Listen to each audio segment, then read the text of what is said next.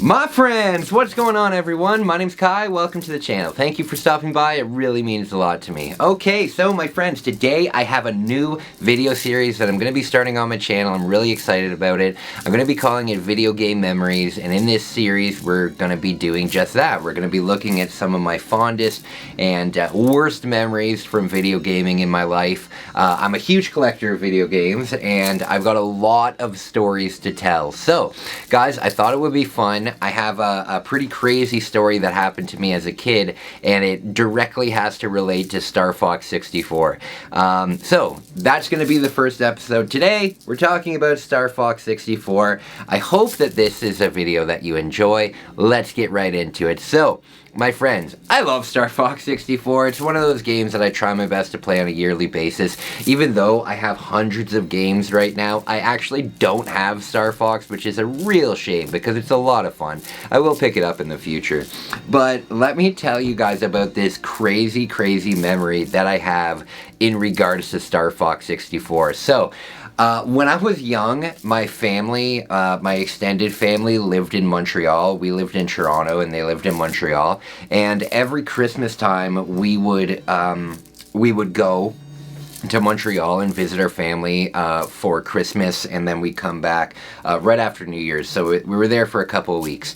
And of course I was going to bring my Nintendo 64, of course, you know. So there was this one day where, just a completely normal day, it wasn't Christmas, it wasn't New Year's Eve or anything, it was just a normal day, and I was playing video games. I remember exactly what game I was playing too. I was playing Rampage. I don't know if it was the first or second one, but it was Rampage on the Nintendo 64, and I was playing this game, and my mom came up to me and she said, "Hey Kai, would you like to go to the Dépanneur with me?"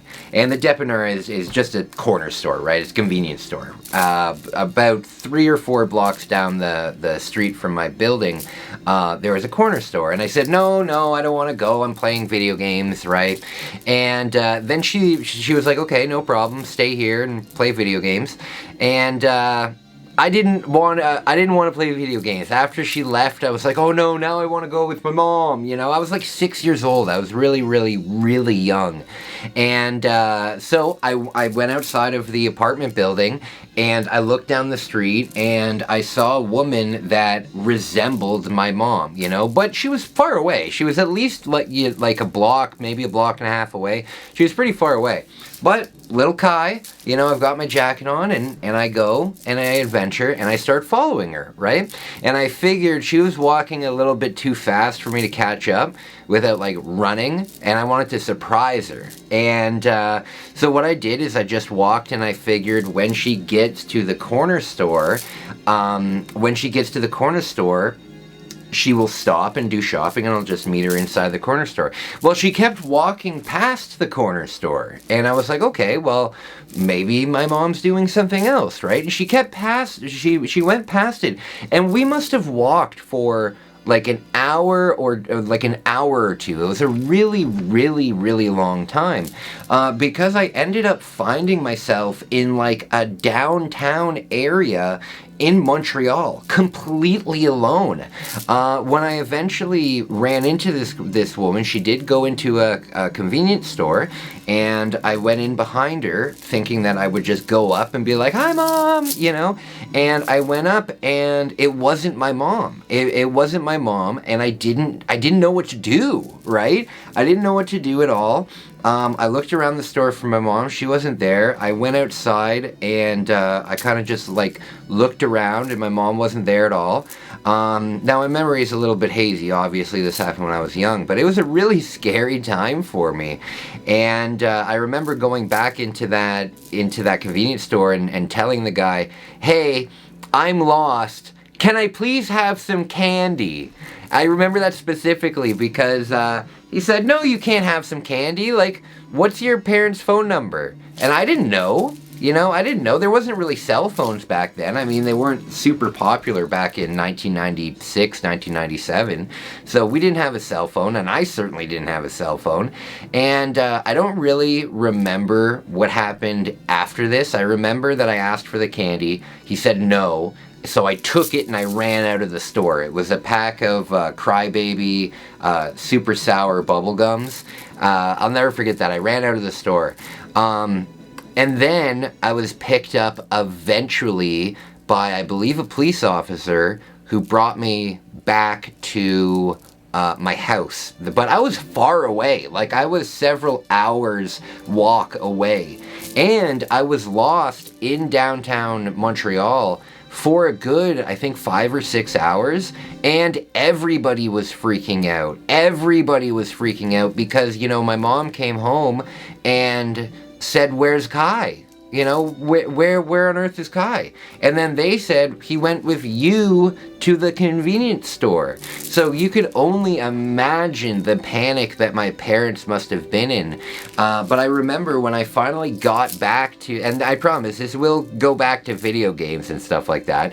When I got back to the house, right, when the police officer dropped me off and I got back to the house, my parents were like over the moon happy about, you know, me being back, obviously, right? So my dad, he knew that I love video games and stuff, so he said, "You know what, Kai, we're gonna go and rent you a video game. We're gonna go and get you a video game to make you feel better," because apparently I was probably pretty shook too, right? But I remember my dad took me down, and we didn't live in Montreal, right? So my dad had to like set up like a whole account and stuff at a Rogers Video, and he said, "Okay, Kai, rent whatever you would like. You can rent whatever you'd like." And I was super, super happy about that. And obviously I saw Star Fox, and it was in a big box. It had the Rumble Pack. I had never played it before. And I was like, I wanna try this game. And it was Star Fox. So I brought it home, and it was my very first chance ever with the Rumble Pack. It was very cool. And the best part about it was my dad didn't make me return it. He didn't make me return it. I guess he figured back then, when it was a video rental store, they're not really going to put your credit card on file and then charge you. Like it was different back then. Like, you had to pay your late fee basically before you rented another video, you know what I mean? But because we were never going to be back at that video game store, my dad didn't really care about if I returned it or not, you know? So that's the story about how I got Star Fox 64 for completely free. We ended up taking that back to Ontario, and then when the people from Montreal started calling, they just said we don't even live there anymore, you know?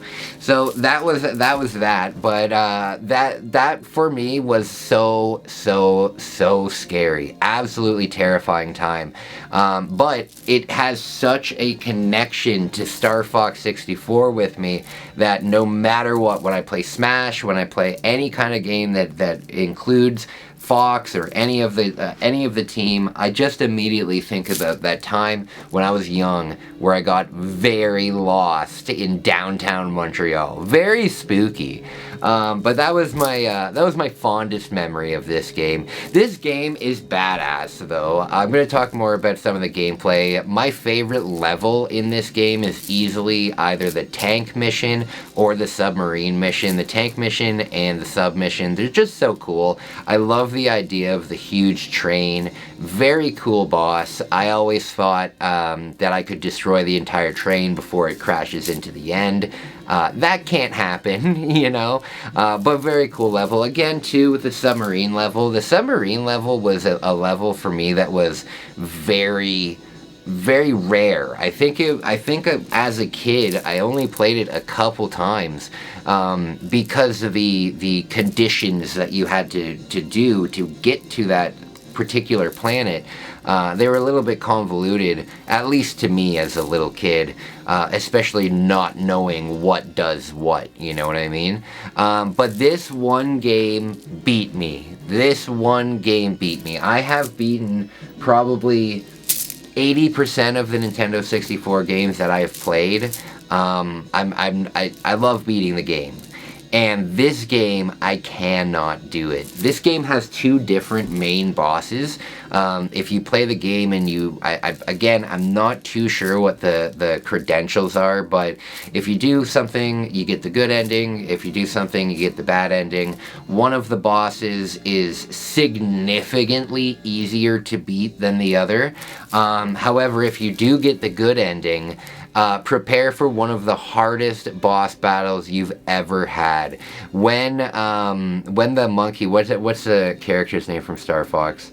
Andros. When Andros turns into basically a floating brain with floating eyeballs, I'll put it all up right here, but when it's got the floating brain, floating eyeball thing, I don't even know what to do. I could never beat it as a kid. I've never beaten it as an adult. It's just not something that's in my DNA. Either way, guys, thank you for listening to my spiel. I hope that you enjoyed it. I have a bunch new episodes of this series planned. In the next episode, we're going to be talking about Pokemon Stadium and how unbelievably difficult it was to rent it back in the day. I also have an Ocarina of Time and a Majora's Mask video coming up. I hope that you guys enjoyed it. Thank you for listening to my story. Guys, have a really good day. I'll see you soon. Bye, everyone.